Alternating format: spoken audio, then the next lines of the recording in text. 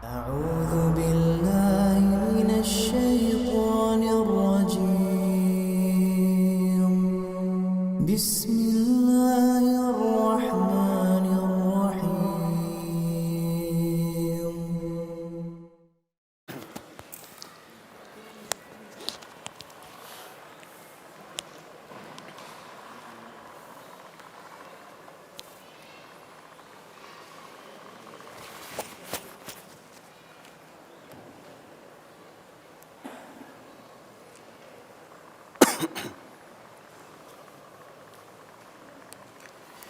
Bismillahirrahmanirrahim.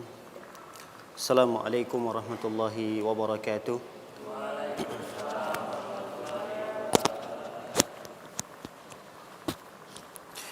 Alhamdulillahi ala ihsani wa syukru lahu ala taufiqihi wa imtinani wa asyhadu an la ilaha illallah wahdahu la syarika la ta'dhiman li sya'ni wa asyhadu anna Muhammadan abduhu wa rasuluhu ad-da'i ila ridwani wa sallallahu sallam wa baraka alaihi wa ala alihi wa ashabihi wa ikhwani. Masyarul muslimin, jamaah salat maghrib yang semoga kita selalu dalam lindungan dan penjagaan Allah Subhanahu wa taala. Alhamdulillah, kita bersyukur atas segala nikmat yang diberikan, yang dengannya alhamdulillah kita bisa berkumpul di rumah Allah yang kita cintai ini dalam rangka menuntut ilmu. Salawat beserta salam tak lupa pula kita hadiahkan untuk Nabi kita tercinta, Nabi Muhammad sallallahu alaihi wasallam.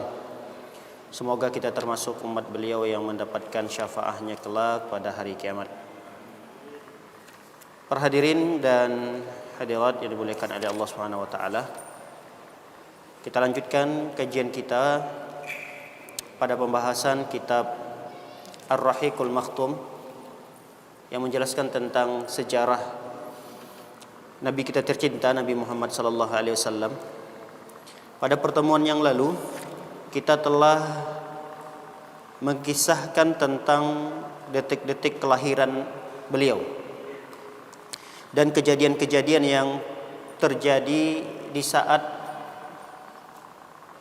beliau lahir ke dunia ini.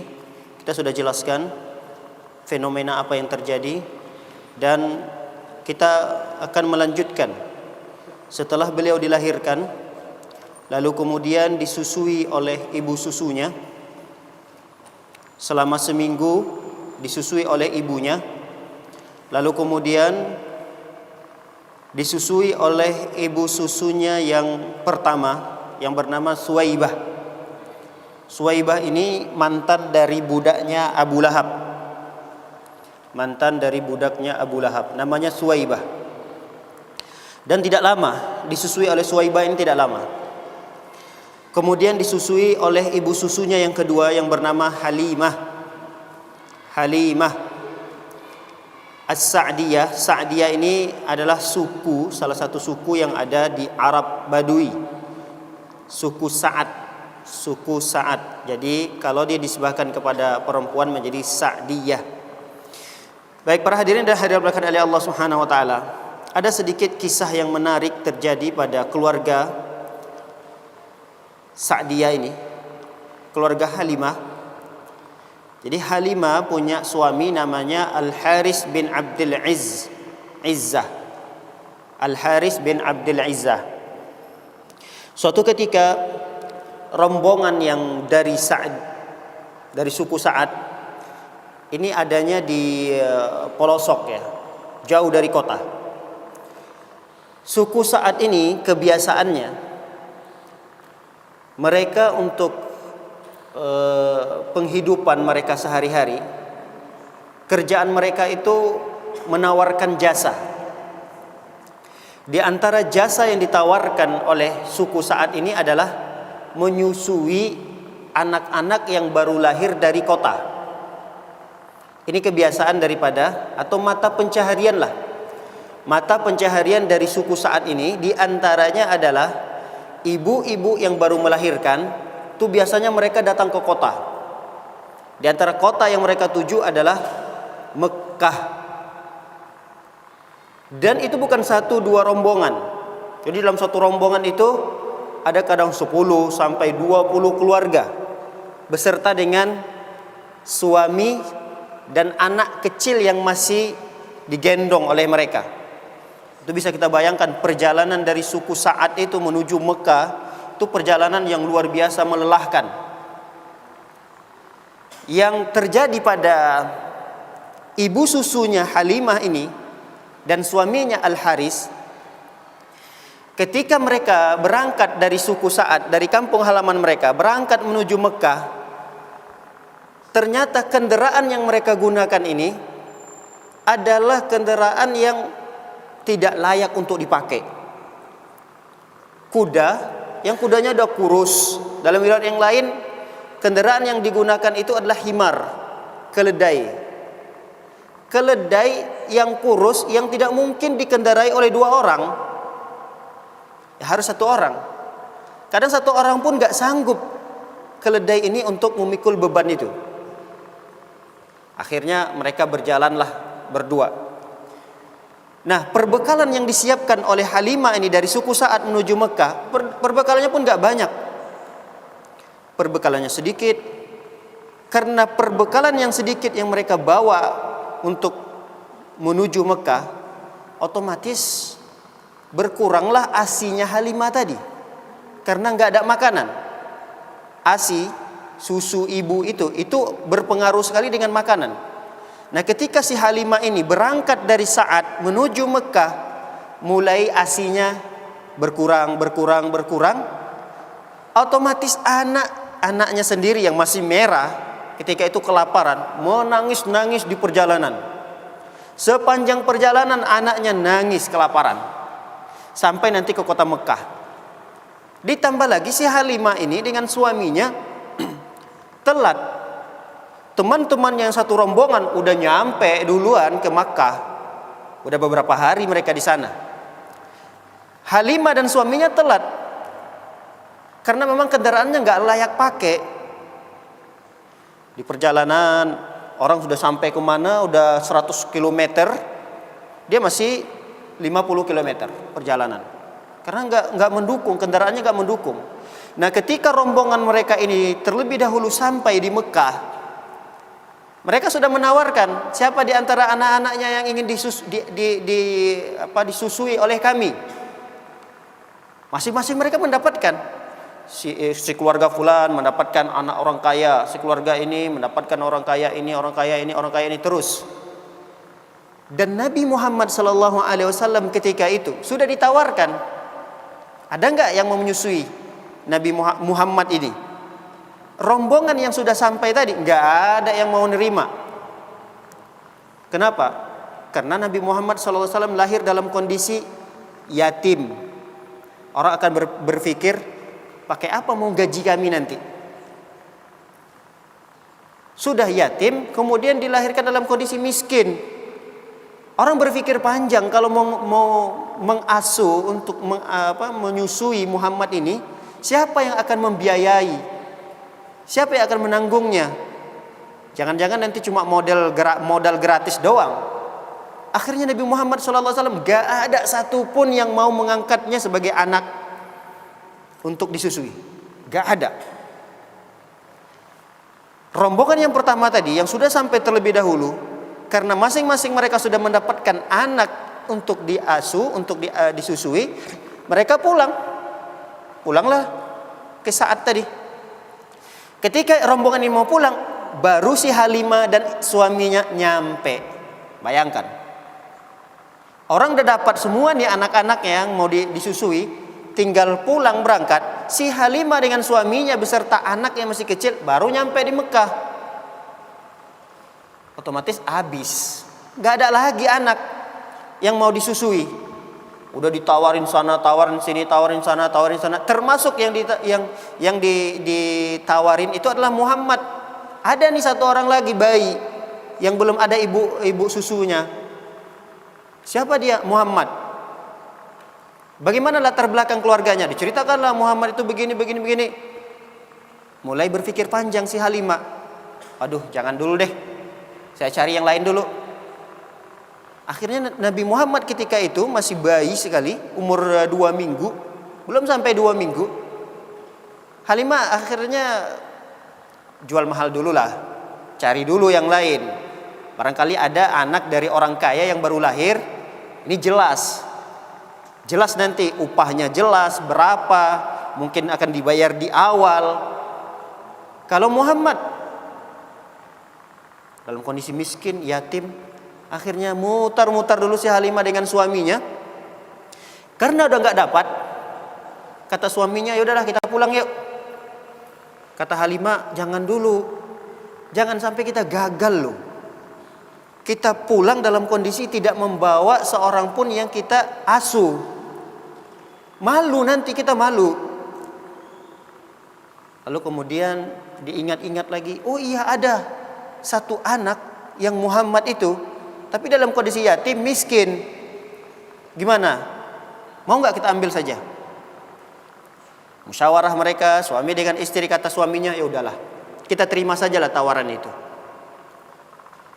Seakan-akan ini memang terkesan agak terpaksa gitu, ngambil Muhammad ini sebagai anak asuh, bukan anak asuh, anak yang disusui, bukan anak asuh ya, anak yang disusui. Kayaknya agak terpaksa karena takut dicemoohkan, karena takut dibuli. Takut dibuli, akhirnya diambillah Muhammad itu. Ya sudah, kita bawa, daripada nggak bawa apa-apa, nggak ada hasil, dibawalah Muhammad tadi dalam kondisi kayak agak terpaksa gitu.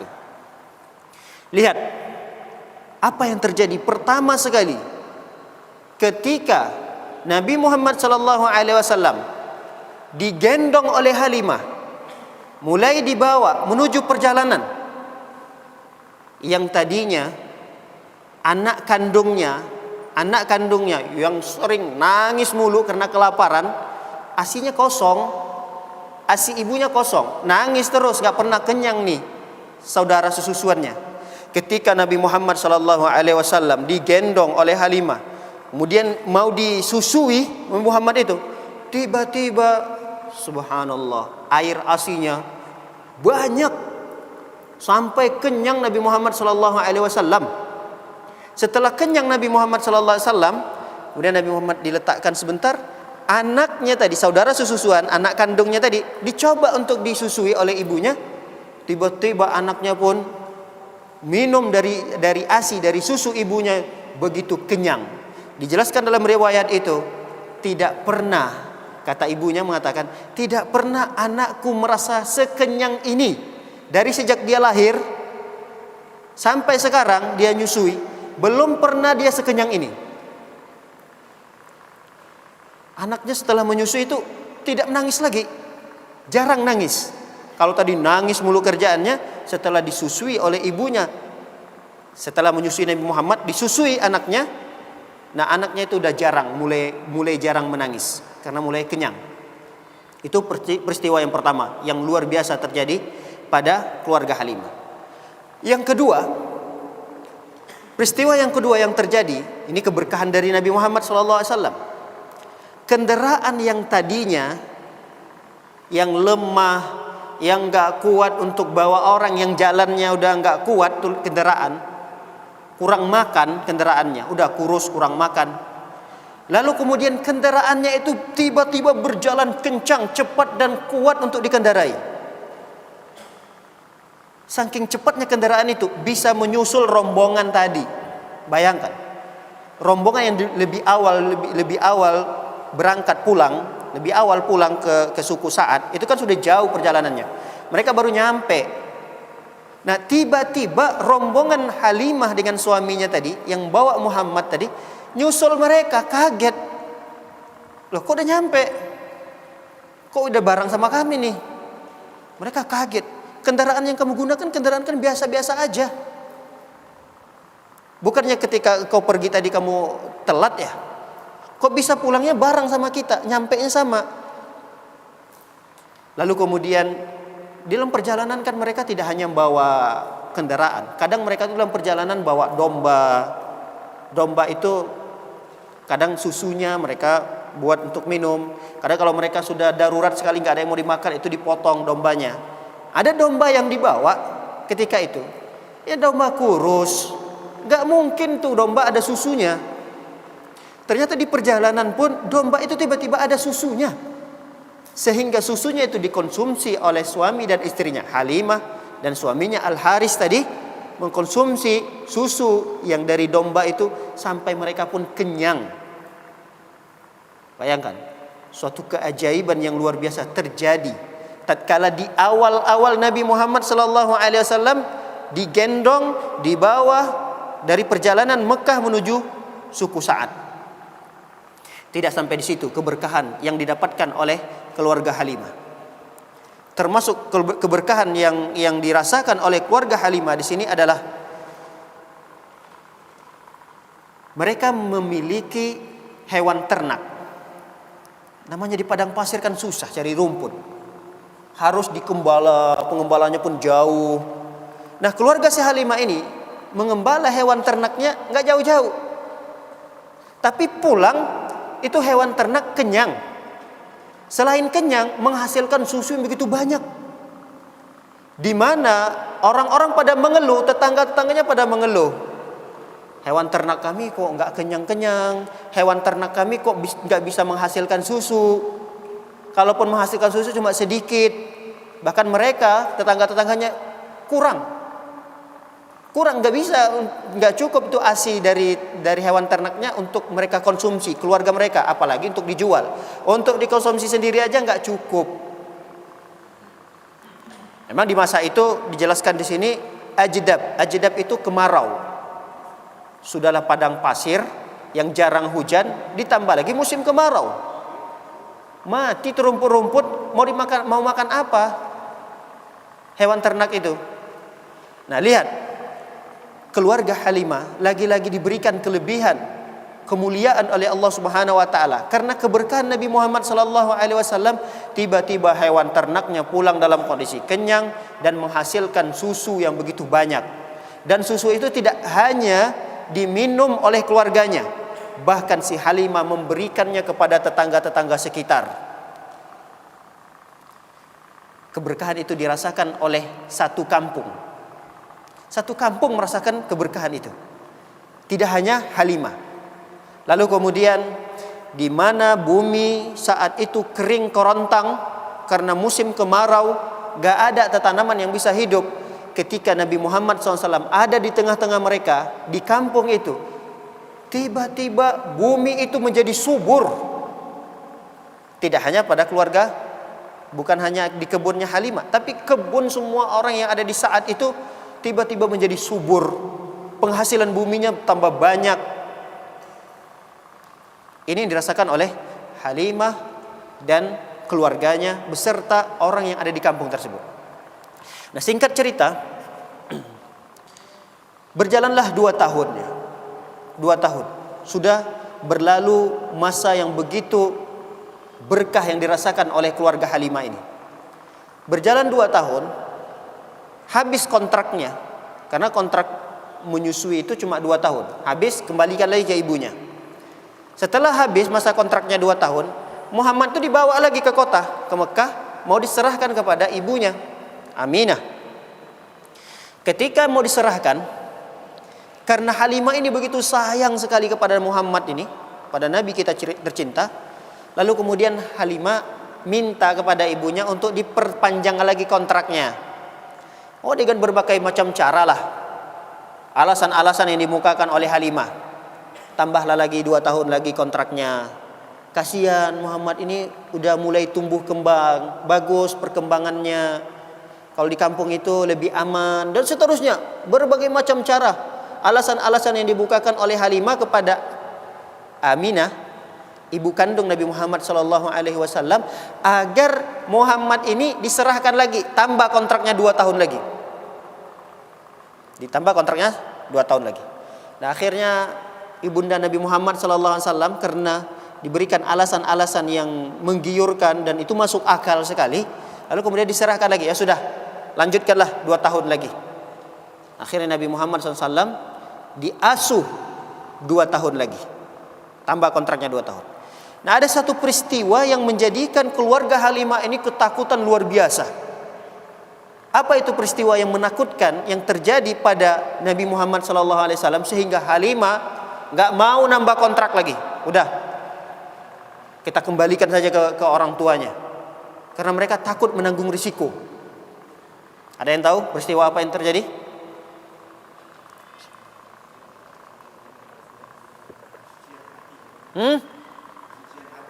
Masya Allah, Ustadz pula yang jawab. Jangan ustadznya lah. Ustadznya harusnya pura-pura nggak tahu aja. Ya, ada satu peristiwa yang peristiwa itu menjadikan keluarga Halimah begitu khawatir, takut. Jangan-jangan akan ada suatu hal yang menjadikan Muhammad ini celaka. Kalau celaka, wah risikonya berat, tanggung jawabnya berat. Apa itu peristiwanya? Peristiwanya adalah pembelahan dada Nabi Muhammad SAW di usia-usia 4 tahun. Bayangkan, di zaman itu sudah ada pembelahan dada. Jangan dipikir pembelahan dada itu ya kayak pembelahan dada seperti biasa ya. Pembelahan dada seperti medis sekarang ini. Gimana kalau orang operasi jantung? Mungkin teman-teman sekalian pernah tahu ya, orang kalau udah operasi jantung, jantungnya itu dikeluarkan, dilihat, itu dadanya dibelah. Sampai tulang-tulang rusuknya pun dibelah. Di dadanya di sini dibelah, kemudian jantungnya ada operasi besar lah. Kira-kira seperti itulah yang terjadi pada Nabi Muhammad SAW. Jadi jantungnya itu dikeluarkan, jantung Nabi kita Muhammad SAW dikeluarkan, lalu dicuci. Nah yang mengagetkan itu, peristiwa itu adalah ketika Nabi SAW umur 4 tahun sudah bisa lari-lari, sudah bermain sama teman-teman, bermain dengan hewan gembalaannya, bermain di luar rumah bersama teman-teman umur 4 tahun lah bareng dengan teman-teman yang lain. Nah ketika mereka berteman ini asik bermain lari sana lari sini, tiba-tiba ada orang dewasa datang. Orang dewasa ya seperti manusia, sosok seperti manusia. Lalu kemudian orang itu kasar sekali. Nabi Muhammad tadi diangkat, diambil, ditarik gitu, lalu dibanting. Melihat kejadian itu, teman-temannya pada berlarian pulang ke rumah masing-masing, ngadu ke orang tuanya. Celaka Muhammad, celaka Muhammad. Ada apa? Ada apa dengan Muhammad? Muhammad dibelah. Muhammad dibanting oleh orang dewasa. Nggak ada yang kenal orang tersebut. Ternyata orang itu adalah malaikat Jibril. Menyamar, bukan menyamar, ya menyerupai seperti sosok manusia, menjelma menjadi sosok manusia. Nah, Jibril tadi mengambil Muhammad itu, namanya anak-anak kan nggak bisa pelan-pelan gitu. Ya udah langsung aja to the point, langsung digeletakin di tanah, dibelah menggunakan pisau, kemudian jantungnya itu dikeluarkan, diambil, dicuci oleh malaikat Jibril laki-laki tadi. Nggak tahu, orang nggak ada yang tahu itu malaikat Jibril. Dia menjelma menjadi manusia. Jantungnya dikeluarin, kemudian dicuci dalam satu mangkok. Mangkoknya itu diisilah air zam-zam, dicuci. Darahnya itu dicuci, kemudian ditaruh lagi, dimasukin lagi. Ya kemudian dijahit lagi lah. Bahkan Anas bin Malik, sahabat Nabi SAW menceritakan bahwa peristiwa itu benar adanya. Kenapa? Karena kata sahabat Nabi Anas bin Malik itu menjelaskan bekas sayatan itu terlihat. Gimana sih bekasan operasi? Bekas operasi itu kan setelah dibedah kemudian dijahit lagi, pasti tetap ada bekasnya. Kira-kira Nabi Muhammad SAW seperti itu sampai dewasa. Nabi Muhammad sampai ketika dia menjadi Rasul, sahabat-sahabat ketika itu melihat. Di antaranya Anas bin Malik, karena Anas bin Malik ketika itu usia 10 tahun sudah bersama Rasul SAW kemanapun Rasulullah, karena dia mengabdikan dirinya sebagai pembantu Nabi SAW. Anas mengatakan, saya melihat di bekas dada Nabi SAW itu ada bekas sayatan operasi itu. Nah para hadirin dan hadirat melakukan oleh Allah Subhanahu Wa Taala. Setelah terjadinya peristiwa ini, ibunya si Halimah ini, karena memang tidak tahu ini peristiwa apa sih, ini ada apa sih, kenapa sih ini? Ya memang pertama alasannya agar Nabi Muhammad SAW itu darah kotornya dibersihkan. Biasa kan kalau darah kotor yang ada di dekat jantung, kalau bahasa kita hati, itu biasanya tempat bersarangnya jin, setan. Disitulah jin itu akan membisik-bisikan yang tidak baik. Makanya kita tidak ada yang terselamatkan dari bisikan jelek.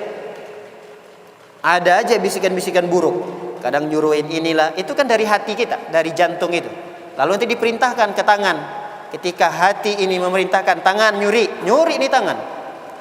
Mata kalau diperintahkan oleh hati, lihat tuh yang haram, dilihat oleh mata. Telinga ketika diperintahkan oleh hati, dengarkan tuh hal-hal yang haram, ada musik enak itu, dengerin aja, nggak apa-apa, yang penting kan nggak ada yang tahu. Didengarin oleh telinga, taat. Nah, bisikan hati itu tidak akan mungkin begitu saja kecuali ada was-was syaitan di sana. Nah, Nabi Muhammad SAW nggak ada lagi was-was syaitan. Karena sudah dibersihkan dari kecil. Makanya Nabi Muhammad SAW dari kecil sampai beliau dewasa, sampai beliau meninggal dunia, sampai beliau menikah, sampai nanti menjadi Rasul, sampai meninggal dunia, beliau tidak pernah tidak terdapat pada diri Nabi SAW adanya kejelekan perangai, akhlak, ucapan, nggak akan didapati. Makanya Nabi Muhammad SAW diberikan gelar oleh orang-orang Quraisy ketika itu dengan gelar Al-Amin. Beliau orangnya jujur, orangnya amanah. Itu dari kecil nggak pernah Rasulullah itu berbohong walaupun satu kali. Nggak pernah ganggu teman, nggak pernah bully teman, nggak pernah minum minuman khamar dari kecil. Padahal khamar di saat itu sudah berlimpah luas. Orang-orang kafir Quraisy ketika itu, khamar itu udah kayak air putih kita gitu. Udah minuman sehari-hari minuman mereka khamar. Tapi Nabi Muhammad SAW di lingkungan di mana orang-orang minum khamar, dia terselamatkan. Nabi Muhammad SAW di lingkungannya orang-orang menyembah berhala. Setiap rumah ada berhala. Di Mekah, di Ka'bah itu ada ratusan berhala. Tapi Nabi Muhammad SAW lagi-lagi diselamatkan dari hal-hal yang buruk oleh Allah Subhanahu Wa Taala. Kenapa? Karena memang dari kecilnya sudah Allah sucikan tuh, sudah Allah bersihkan hati jantung beliau itu sudah dibersihkan oleh Allah. Baik para hadirin dan hadirat oleh Allah Subhanahu Wa Taala. Langsung kemudian Halimah bertemu lagi dengan ibunya untuk mengembalikan Nabi Muhammad SAW. Udah nggak mau lagi diperpanjang kontraknya. Khawatir nanti ada kejadian-kejadian yang lain yang akan membahayakan Muhammad. Mereka nggak bisa bertanggung jawab atas hal tersebut.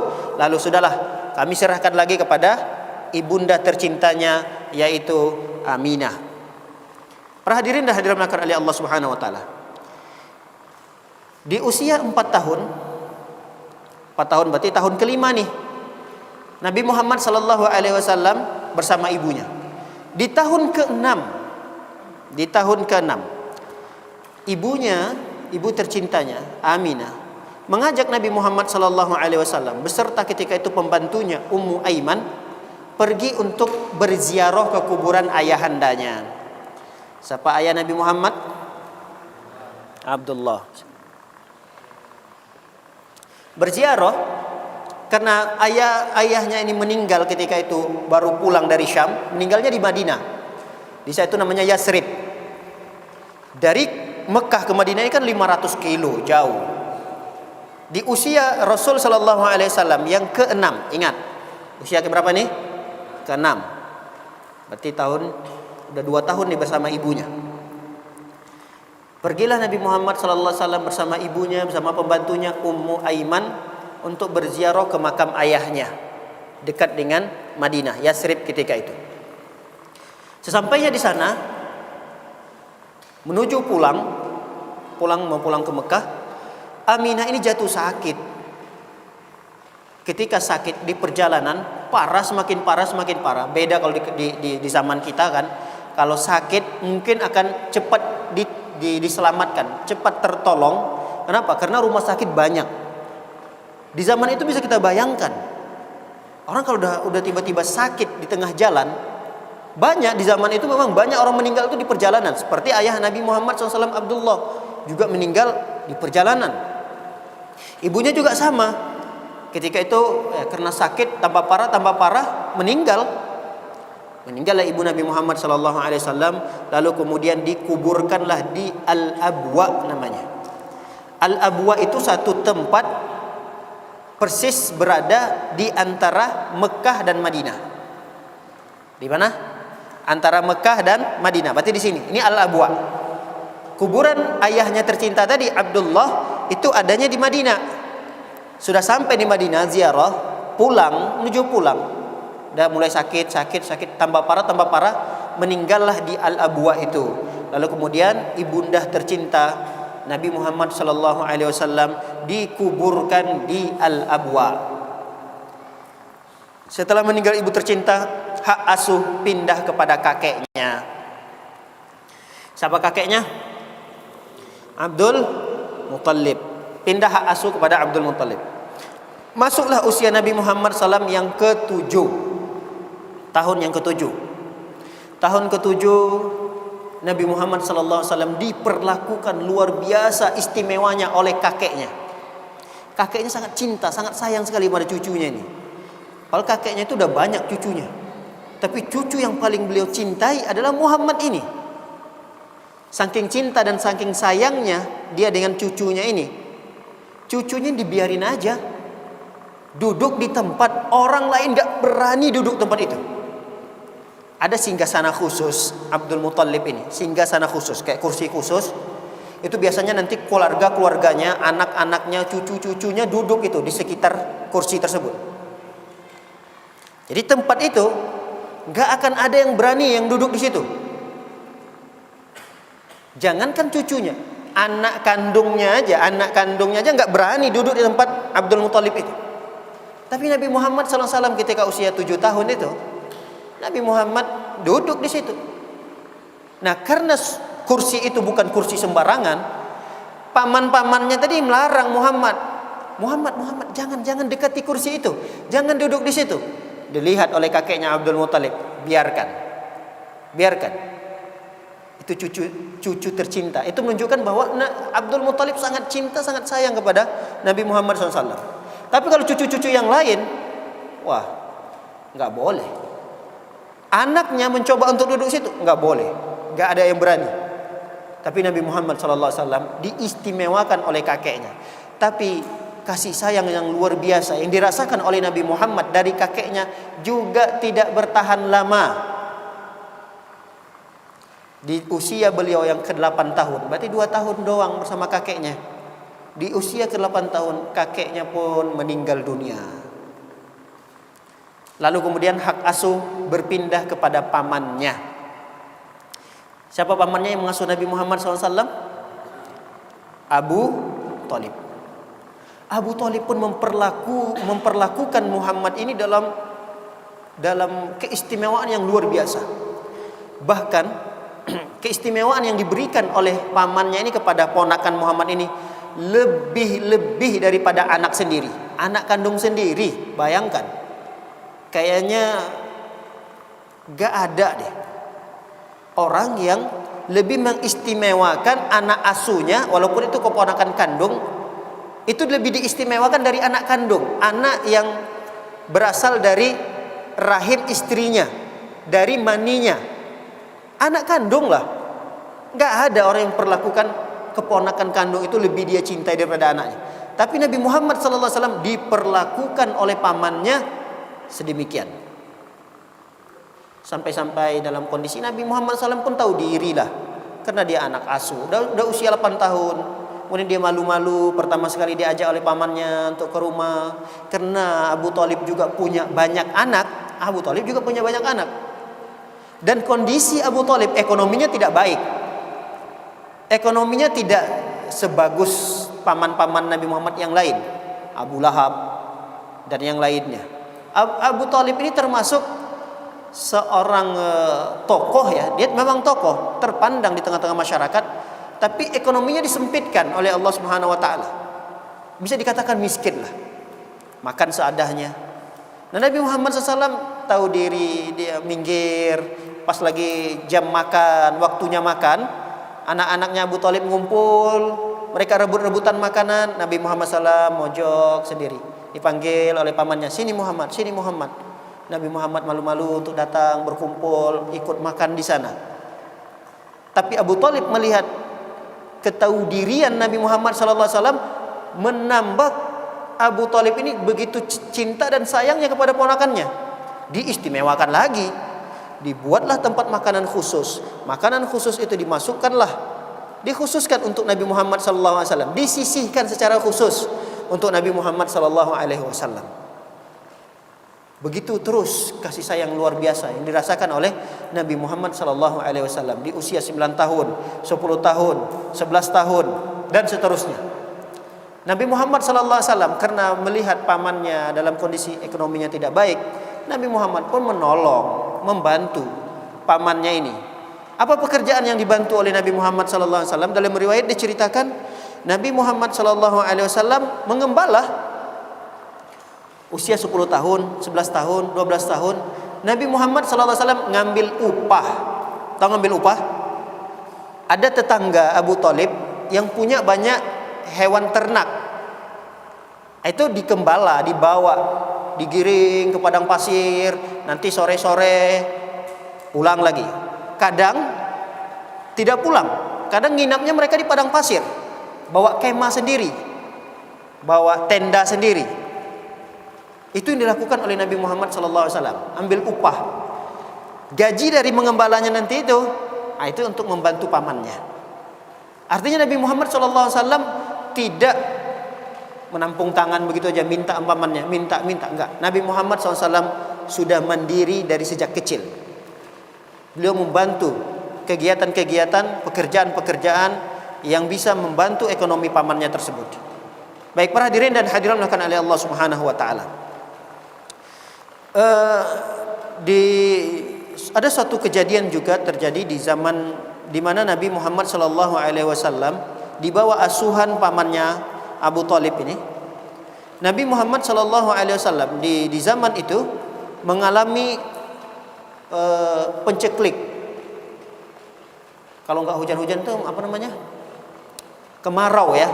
Kemarau, berkepanjangan kemarau itu. Berkepanjangan sampai orang Mekah itu sudah mengeluh, ini gimana nih? Bagaimana ini? Lalu Abu Thalib ketika itu membawa Muhammad SAW menuju Ka'bah. Apa yang dilakukan oleh orang-orang Quraisy ketika itu? Nabi Muhammad SAW ditempelkan di Mekah, di Ka'bahnya itu, di Ka'bah, ditempelkan ke situ.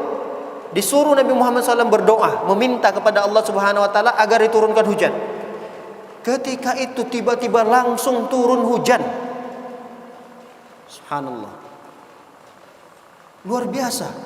Nabi Muhammad SAW diajak oleh pamannya keluar karena ketika itu orang-orang Quraisy sudah mengalami kondisi yang sudah genting sekali. Hujan gak turun-turun. Lalu kemudian diajaklah oleh pamannya nih Nabi Muhammad SAW, fa'alsaqa zahrahu bil Ka'bah. Lalu kemudian orang-orang kafir Quraisy tadi, termasuk pamannya Nabi Muhammad SAW, menempelkan zahar itu dada bisa, punggung ini bisa. Jadi dada Nabi SAW ditempelkan di antara pintu Ka'bah dengan Hajar Aswad. Sampai saat ini masih disunnahkan. Kalau misalnya kita tawaf, kalau bisa berdoa dalam kondisi kita tempelkan badan kita ke Ka'bah itu bagus, tapi sulit karena saking antrinya, saking padatnya di sekitar Ka'bah itu sulit untuk mengamalkan sunnah itu.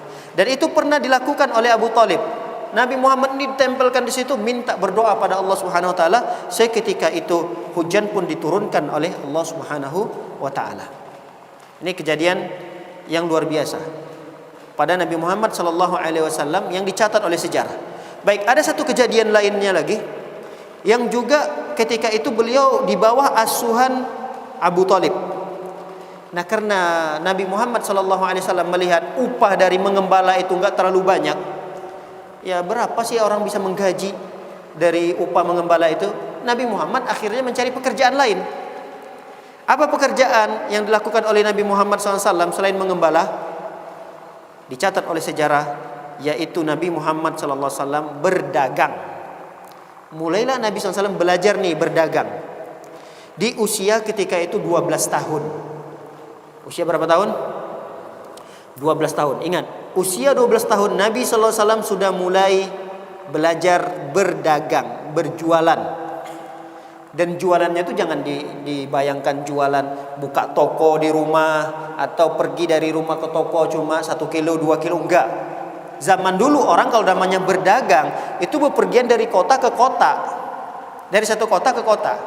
Nah, Nabi Muhammad SAW di usia 12 tahun dia udah mulai ikut pamannya kerja, Abu Thalib, bersama Abu Thalib pergi berdagang ke Syam. Syam itu lebih jauh lagi dari Mekah. Kalaulah dari Madinah, Mekah, ini Madinah, jaraknya 500 kilo. Syam itu di sini lagi, jauh lagi, sekitar 700 kilo lagi. Jadi totalnya hampir 700 sampai 800 kilo. Ya kira-kira di sini ke Jawa Timur sana.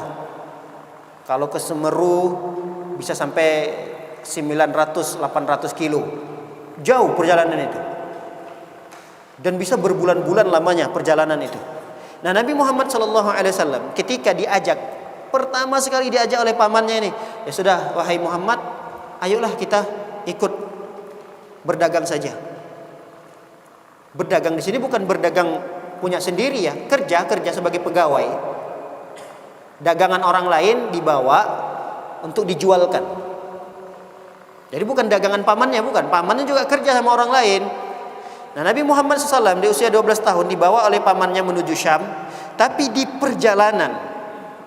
perjalanan ketika mau masuk pintu gerbangnya Syam, ketika itu lalu ada seorang pendeta yang bernama Buhairah. Pendeta yang bernama Buhairah. Buhairah ini ketika itu masih beragama murni ya. Beliau tidak kenal dengan kesyirikan. Beliau ketika itu masih mentauhidkan Allah Subhanahu wa taala. Tapi agamanya bukan agama Islam, agama Islam yang dibawa oleh Nabi Muhammad, bukan, karena Nabi Muhammad belum diutus jadi rasul. Dia masih mengikuti agama Nabi Ibrahim, nenek moyangnya, masih murni menyembah Allah Subhanahu wa taala. Itulah Buhairah.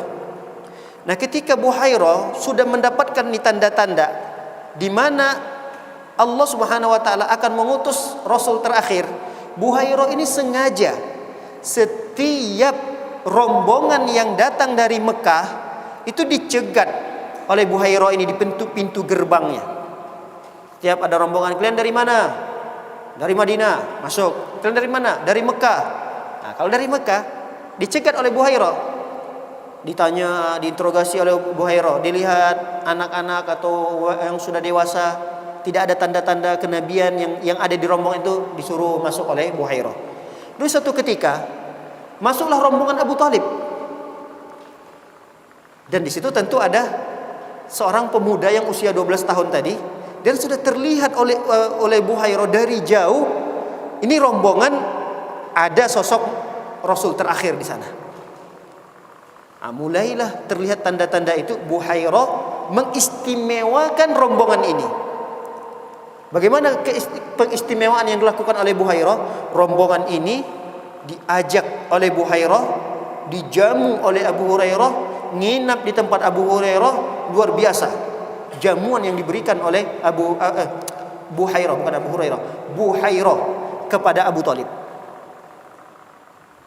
Dilihat, diselidiki oleh Buhairah tadi. Kemudian terjadilah pembicaraan antara Buhairah dengan Abu Thalib. Mulai dipancing oleh Abu Hurairah. Wahai Abu Thalib, yang di sono itu pemuda yang umur 12 tahun, itu ayahnya kemana? Walinya mana? Walinya. Pertanyaannya ketika itu, walinya mana? Kata Abu Thalib, saya ayahnya. Tahu Buhairah, kamu bohong. Kamu bohong. Kaget. Abu Thalib kaget. Kok kamu tahu? Ya di kitab kami sudah dijelaskan. Saya tahu bahwa si pemuda umur 12 tahun itu dia adalah Rasul terakhir. Kaget Abu Thalib. Dari mana kamu tahu? Dijelaskan di sini, beliau mengungkapkan. Kata beliau, "Hada sayyidul alamin, huwa rasulu rabbil alamin, hada yab'atsuhumullah rahmatan lil alamin." Dia itu adalah pemimpinnya alam.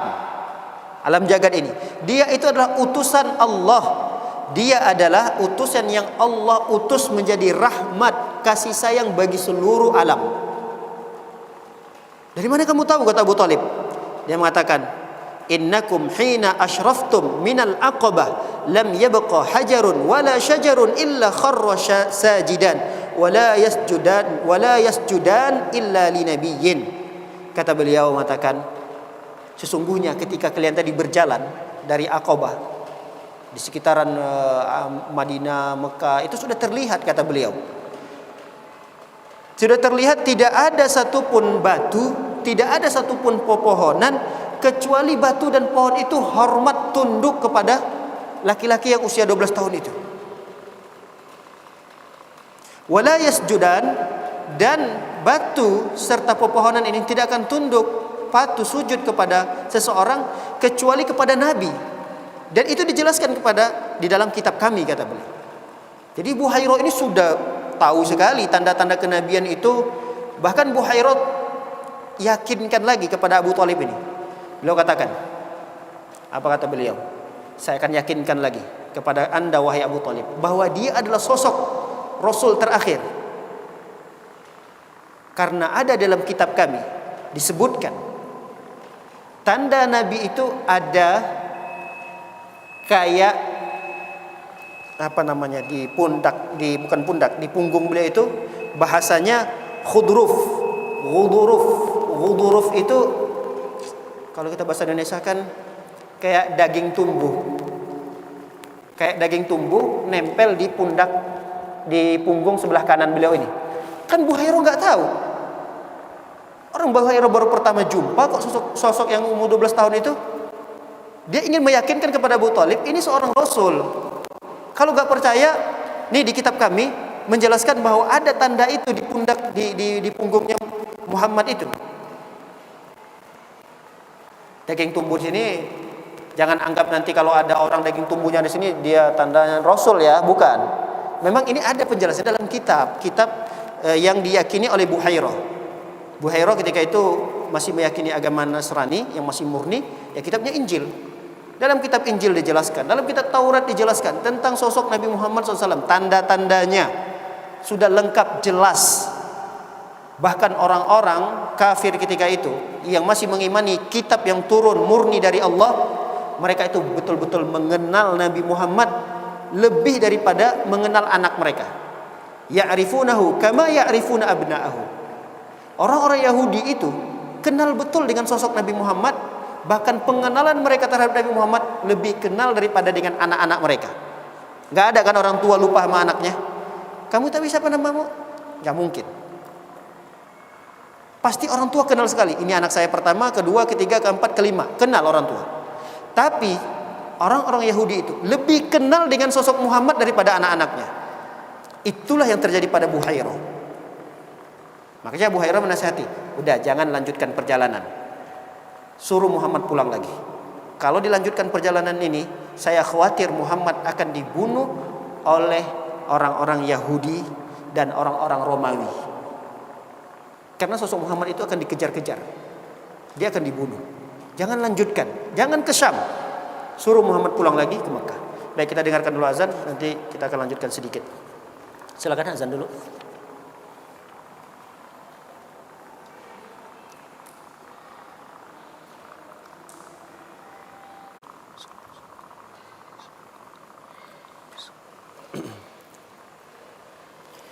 Alhamdulillah, salatu wassalamu ala rasulillah wa ala alihi wa sahbihi wa man wala. Para hadirin dan hadirat melakukan oleh Allah Subhanahu wa taala. Ini pertemuan beliau dengan seorang pendeta yang bernama Bahirah. Ada yang mengatakan Bahirah, ada yang mengatakan Buhairah. Dua cara baca ini sama-sama dibenarkan oleh para ulama. Ada yang mengatakan Buhairah, ada yang mengatakan Bahirah. Baik. Ketika Rasul sallallahu alaihi wasallam beranjak pada usia 23, 24 sampai mau ke 25 tahun, mulailah Nabi sallallahu alaihi wasallam melamar sana, melamar sini, pekerjaan-pekerjaan. Enggak ada pekerjaan tetap Nabi sallallahu alaihi wasallam. Ketika beliau bersama pamannya tadi, Abu Talib. Beliau enggak mendapatkan pekerjaan tetap. Nah, Tapi Nabi Muhammad SAW ini sudah dikenal banyak orang, termasuk pengusaha-pengusaha besar pun kenal dengan Nabi Muhammad SAW. Karena dari mulut ke mulut, Nabi SAW ini orangnya jujur, amanah. Nah, sifat-sifat baik yang dimiliki oleh Rasul itu terdengarlah oleh Khadijah radhiyallahu taala anha. Nah, ketika Khadijah mendengar sifat-sifat yang baik yang ada pada diri Nabi Muhammad SAW, Khadijah sedang cari karyawan.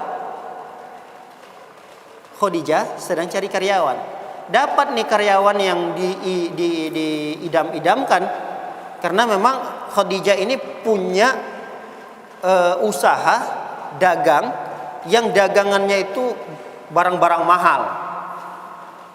Khadijah punya banyak karyawan. Beliau pengusaha besar Khadijah ini. Banyak karyawan. Tapi ada beberapa barang itu nggak bisa sembarangan dilepaskan oleh Khadijah kepada sembarangan orang dari pegawainya.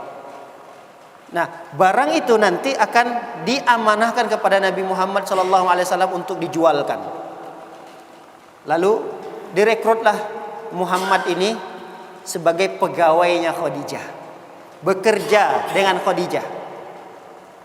Namun Khadijah pengen ngetes, ngujilah sejauh mana keamanahan, kecerdasan, kemampuan Muhammad ini dalam berdagang.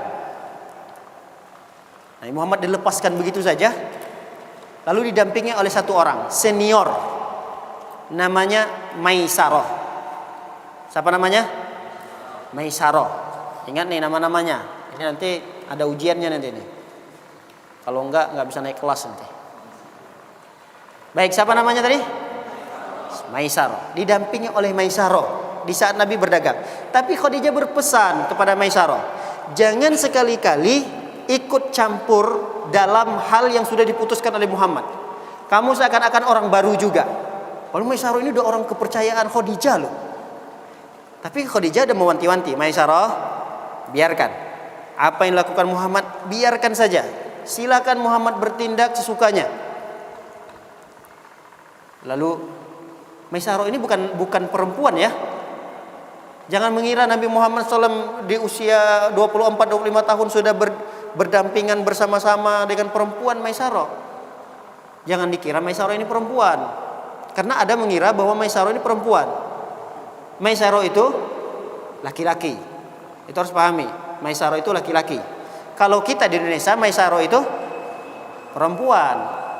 Jadi kalau di Arab Maisarah itu laki-laki. Jangan salah sangka. Saya pertegaskan di sini supaya jangan mengira nanti Nabi Muhammad di usia 25 tahun sudah berkenalan dengan perempuan. Enggak. Apalagi berjalan bersama-sama, berdampingan gitu, enggak. Maisarah itu adalah laki-laki. Nah, ketika itu Maisarah dijadikan informan lah, sebagai mengkali informasi tentang Muhammad ini. Pulang nanti dari berdagang, Maisarah ini diinterogasi, ditanya-tanya oleh Khadijah. Bagaimana kamu dapati Muhammad tadi? Wah, pujian yang luar biasa yang disampaikan oleh Maisarah tentang Nabi Muhammad SAW. Dari segi amanahnya, dari segi kecerdasan dalam menawarkan barang-barang. Keuntungan yang didapatkan ketika Nabi Muhammad SAW direkrut menjadi pegawainya, keuntungannya berkali lipat yang didapatkan oleh Khadijah. Berlipat-lipat ganda. Kenapa? Karena Nabi Muhammad SAW berjualan, berdagang tidak hanya modal tipuan, enggak. Beliau jujur. Beliau kalau dapat ada barang cacat, beliau katakan ini barangnya sedikit cacat. Kalau ada barang bagus yang ini, cuma harganya lebih mahal. Kalau cacat ini memang agak berkurang. Begitu dijelaskan oleh beliau. Ini semakin banyak konsumen datang kepada Nabi Muhammad SAW. Ketika itu baru mau masuk 25 tahun. Dan beliau baru-baru diangkat menjadi pegawai. Baru-baru diangkat. Seniornya Maisarah aja kagum-kagum dengan Nabi Muhammad SAW. Cara beliau berjualan, cara beliau menarik langganan seperti apa, itu dikagumi luar biasa. Nah, ketertarikan itu muncullah pada diri Khadijah. Khadijah akhirnya tertarik dengan sosok Muhammad ini, ingin dijadikan sebagai pendamping hidupnya. Muhammad ini ingin dijadikan sebagai suaminya. Cuma kan malu lah. Masa ia perempuan yang mengutarakan rasa cinta, rasa sukanya sama laki-laki? Kan nggak umum seperti itu. Nggak umum ada perempuan yang dia lihat, aduh, kok saya suka ya sama laki-laki itu. Dia nggak mungkin akan datang kepada laki-laki itu, saya suka sama kamu, mau nggak kamu menikahi saya? Kan nggak umum seperti itu. Khadijah kira-kira seperti itulah. Akhirnya Khadijah ini mengirimkan, kalau bahasa kita, mak comblangnya lah. Mak comblangnya ini utusan Khadijah, namanya Nafisah bintu Munabbih. Nafisah bintu Munabbih itu mak comblangnya. Jadi Khadijah minta kepada Nafisah, cobalah tawarin tuh kepada Muhammad, barangkali dia suka sama saya, barangkali dia mau menikahi saya. Ditawarin oleh Nafisah kepada Muhammad.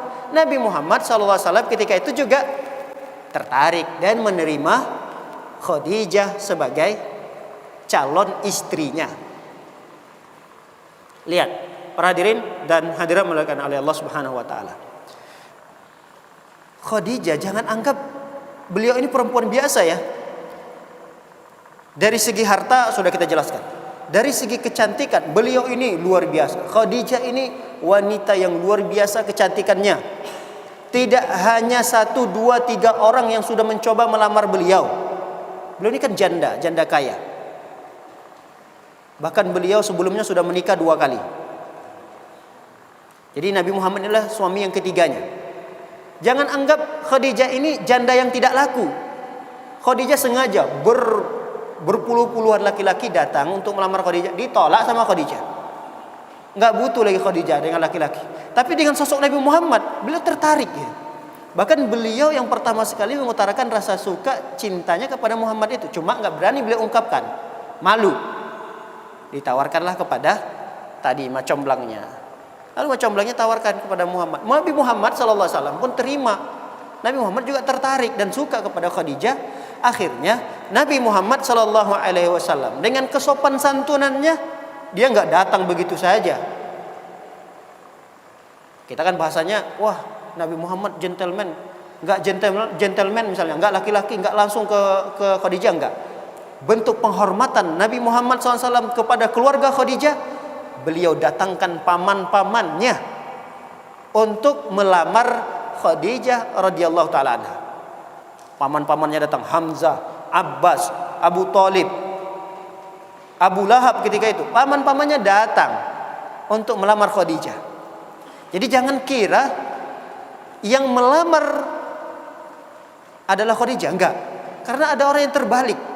Entahkah itu dia tidak baca sejarah, entahkah dia kurang belajar sejarah, dia mengatakan bahwa Nabi Muhammad yang dilamar. Ini terbalik. Enggak pernah itu terjadi. Yang melamar itu Nabi Muhammad. Bahkan keluarga Nabi Muhammad, paman-pamannya dibawa oleh Nabi Muhammad menemui Khadijah, keluarga Khadijah, untuk melamar Khadijah. Ada lagi yang lebih parah daripada itu. Ada yang mengatakan bahwa Khadijah yang membayar mahar untuk Nabi Muhammad.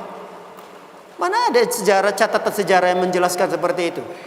Mentang-mentang Khadijah kaya raya, lalu kemudian Khadijah yang memberikan mahar kepada Muhammad? Enggak ada riwayat yang sahih menjelaskan itu. Bahkan riwayat yang sahih menjelaskan Nabi Muhammad SAW memberikan mahar kepada Khadijah sejumlah berapa ekor? Berapa ekor onta? Ini onta loh, bukan kambing, bukan domba, bukan kerbau atau sapi, tapi onta. Ada yang tahu hitungan berapa onta yang diberikan oleh Rasulullah sebagai mahar untuk menikahi Khadijah? Nah, sebanyak 20 ekor onta. Berapa ekor? 20 ekor onta. Onta itu paling murah itu harganya 100 juta. Anggaplah itu tengah-tengah lah. Ada yang harga 200 juta. Anggaplah kita ambil harganya 100 juta. Satu ekor onta 100 juta. Kali 20 berapa itu? Berapa? Hah? 2M. Masya Allah, 2M. Ini besar sekali. Mahar 2M. Nih 2M sebagai mahar untuk menikahi Khadijah radhiyallahu taala anha. Dari mana dapat harta Nabi Muhammad? Ya kan beliau kan punya keluarga. Paman-paman beliau kan juga orang kaya raya. 2M. Kalau bapak-bapak gimana? Dulu menikahi istrinya seperangkat alat sholat doang. Jangan seperangkat alat sholat, ya. Jangan jadikan mahar seperangkat alat sholat.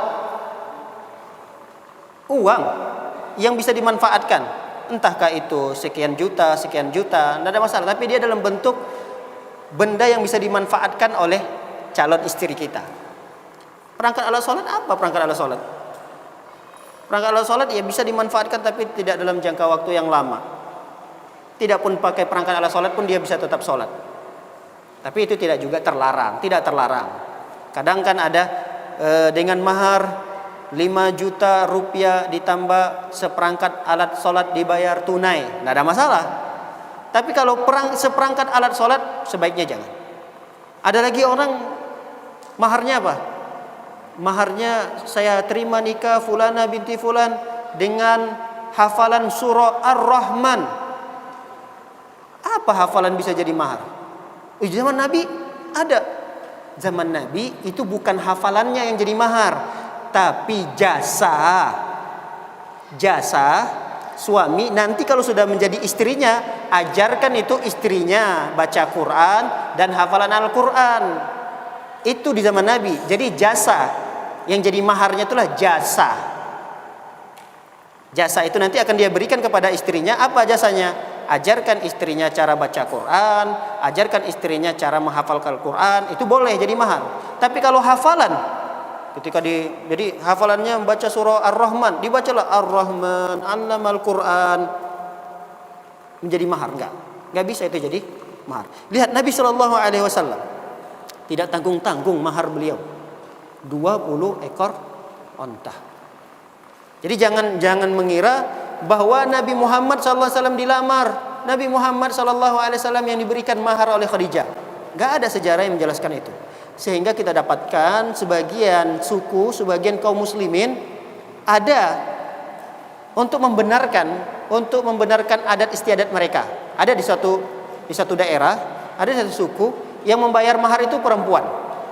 Mungkin bapak-bapak sekalian pernah mendengar itu. Ada di Sumatera ada, masih ada, tapi tidak banyak. Ada satu suku lah gitu. Itu yang membayar mahar perempuan. Dalilnya apa? Kata mereka, Khadijah pernah membayar mahar kepada Nabi Muhammad SAW. Tapi tidak ada satupun sejarah yang menjelaskan tentang hal tersebut. Wallahu ta'ala alam bisawab. Demikian, ini yang dapat kita kaji pada kesempatan yang singkat ini. InsyaAllah kita akan lanjutkan pada pekan yang berikutnya tentang renovasi yang terjadi setelah Nabi SAW beranjak di usia ke-35 tahun. Ada renovasi Ka'bah karena ketika itu banjir bandang sehingga sebahagian Ka'bah itu hancur dan Hajar Aswad, batu Hajar Aswadnya itu pun terbawa arus air. Lalu terjadilah renovasi pembangunan Ka'bah baru. Nah, nanti terjadi pertikaian tuh di antara tengah-tengah suku Quraisy. Siapa orang yang berhak meletakkan Hajar Aswad itu pada tempatnya lagi? Itu pertikaian yang luar biasa terjadi di tengah-tengah kafir Quraisy nanti, dan itu akan ditengahi oleh Nabi Muhammad SAW. Kisah itu akan kita lanjutkan insyaallah pada pertemuan yang berikutnya. Barangkali ini yang dapat kita kaji, semoga menjadi ilmu yang bermanfaat. Ada yang kurang jelas atau ada yang ingin ditambahkan atau ada yang ingin mengkoreksi? Barangkali ada yang salah dari penyampaian saya, ada yang mengkoreksi, silakan, enggak apa-apa.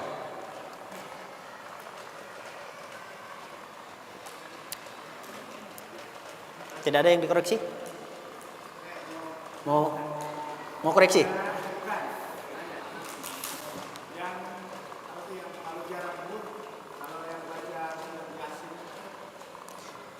Ziarah kubur baca surat Yasin. Kenapa?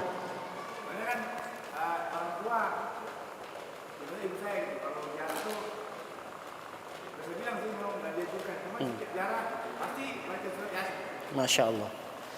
Masya Allah. Memang seperti itulah umumnya yang terjadi di tengah-tengah kaum muslimin. Di antara ritual ziarah yang mereka lakukan, kadang mereka baca Al-Quran. Itu kebiasaan yang terjadi. Tapi apakah kebiasaan itu bisa dijadikan dalil hujjah sehingga itu bisa diamalkan? Kata para ulama tidak. Yang bisa dijadikan dalil dan hujjah itu supaya dia bisa dijadikan amalan Al-Quran, hadis. Adapun kebiasaan masyarakat itu tidak bisa dijadikan dalil, tidak bisa dijadikan hujjah. Karena tidak ada dalil hadis yang menjelaskan. Bahkan hadis yang menjelaskan bahwa kata Rasulullah SAW, jangan kalian jadikan kuburan, jangan kalian jadikan rumah kalian seperti kuburan. Itu hadisnya sahih. Jangan kalian jadikan rumah kalian seperti kuburan. Maksudnya apa? Jangan kalian jadikan rumah kalian itu kosong dari berzikir kepada Allah. Jangan kalian jadikan kuburan kalian itu, jangan kalian jadikan rumah kalian itu kosong dari tilawatul Quran. Rumah itu nggak pernah dibacakan Al-Quran, rumah itu nggak pernah ada zikir di sana, rumahnya itu kosong dari pembelajaran nilai-nilai kebaikan. Nggak ada kebaikan-kebaikan, zikir-zikir, baca Quran, sholat sunnah, nggak pernah dilakukan di rumah. Nah, kata Rasulullah, jangan jadikan rumah kalian itu seperti kuburan. Kenapa? Karena kuburan itu pada dasarnya bukan tempat ibadah. Paham ini? Hubungannya dengan hadis Nabi tadi? Nabi mengatakan jangan jadikan rumah kalian itu seperti kuburan. Karena di zaman Nabi SAW, di zaman sahabat, kuburan itu bukan tempat ibadah, bukan tempat baca Quran, bukan tempat berdoa, bukan tempat berzikir, bukan tempat beribadah-ibadah yang lainnya, enggak. Kuburan itu ya kosong, tanpa ada ibadah di sana. Kalau kita mau ziarah sesuai dengan adab yang diajarkan oleh Rasulullah. Kita ziarah, buka sendal, kalau memang pemakaman itu aman, artinya tidak ada beling, tidak ada batu-batu tajam. Kita masuk kuburan itu, masuk gerbangnya, copotin sendal, kita jalan kaki. Kemudian sampai di sana, tujuan kita kuburan siapa? Kuburan orang tua kita misalnya. Kalau perlu dibersihkan. Kalau misalnya tanahnya sudah rata, kita tinggikan lagi sejengkal. Lalu kemudian setelah kita rapikan, kita mau berdoa, doakan. Ingat, perlu dicatat bahwa doa yang kita doakan juga berkaitan dengan kebaikan si jenazah yang kita doakan. Nah, sebelumnya kita boleh mengucapkan salam karena sunnahnya begitu. Assalamualaikum ya ahlad diyar. Kita doakan keselamatan untuk penghuni kuburan tersebut. Lalu kemudian kita datang ke kuburan yang kita tuju.